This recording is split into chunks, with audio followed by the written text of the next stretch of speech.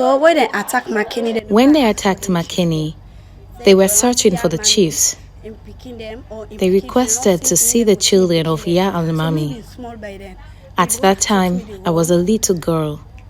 My brother tried to carry me and run away, but they captured us. So he left there and the rebels took me. They captured my brother on the other street.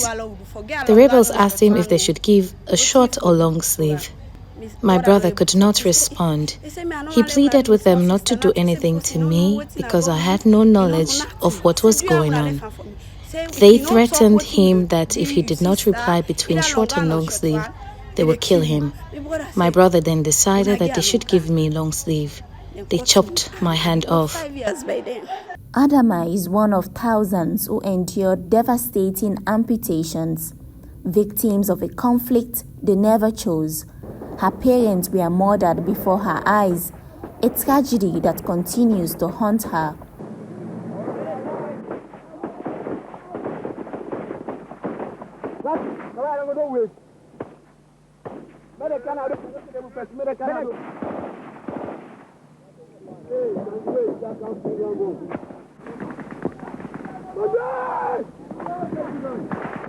The challenges are many. When I was a child and wanted to play with my friends, they would shout, they got scared and call on their parents and tell them there's a child who is amputated. They were scared to get close to me. Even the compound I currently live in, one of my neighbors provoked me the last time about my amputation. We had a little argument. She made fun of me, saying, "That is why I was amputated." Adama, who completed her WASC, faces not only the stigma of her disability, but also unemployment. At 33, she relies on her brother for survival in a society that promised opportunity but delivered barriers. Disabled party for trying for employing at this country. To be employed as a disabled person in this country is not easy. They limit you by your disability on the grounds that you cannot perform certain tasks. The excuses are many. I applied to work at a big institution which I cannot name for security purposes. We had completed all the criteria. Unfortunately, they informed me that I cannot be accepted for the job. For me, disability, they limit me, say, let them not take me. The TRC report calls for both symbolic and material reparations for those who bore the greatest brunt of the war. Volume 2, Chapter 4, specifically recommends monthly pensions for amputees with a 50% reduction in earning capacity, skills training for economic independence, and free rehabilitation services, including prosthetics maintenance and therapy. In 2009, the United Nations Peace Building Fund provided $3 million to the National Commission for Social Action, NACSA, to initiate these reparations, but has this program been sustained?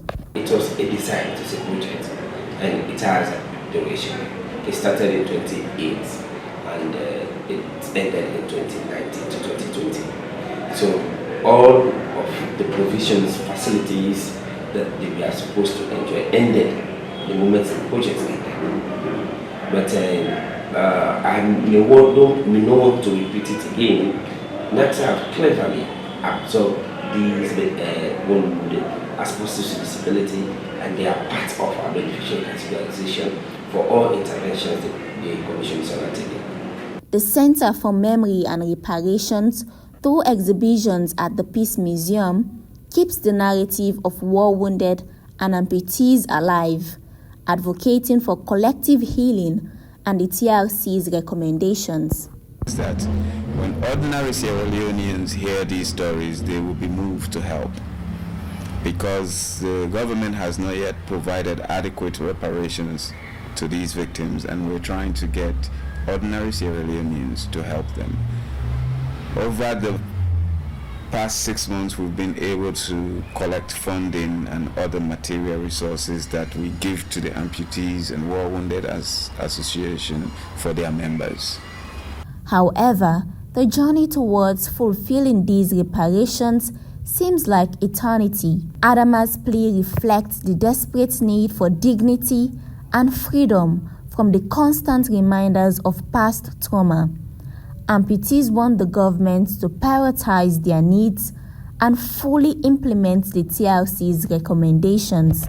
We, the amputee, them. Amputees are the people who sacrificed for Sierra Leone to enjoy peace till date, because our blood was spilled in this country. So I am pleading with the government. Since 2002, they have totally forgotten about us. For those of us living in the city, life is a bit better. But those in the provinces, they cannot turn for big. As Sierra Leone strives for reconciliation, the voices of survivors like Adama Suma serve as a potent reminder that true healing requires more than just peace.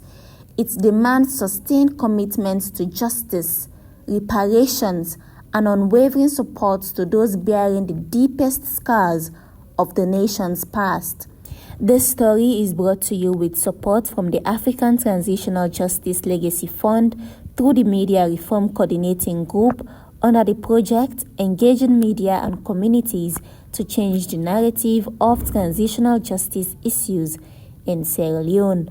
Adama Suma, AYV News, Freetown.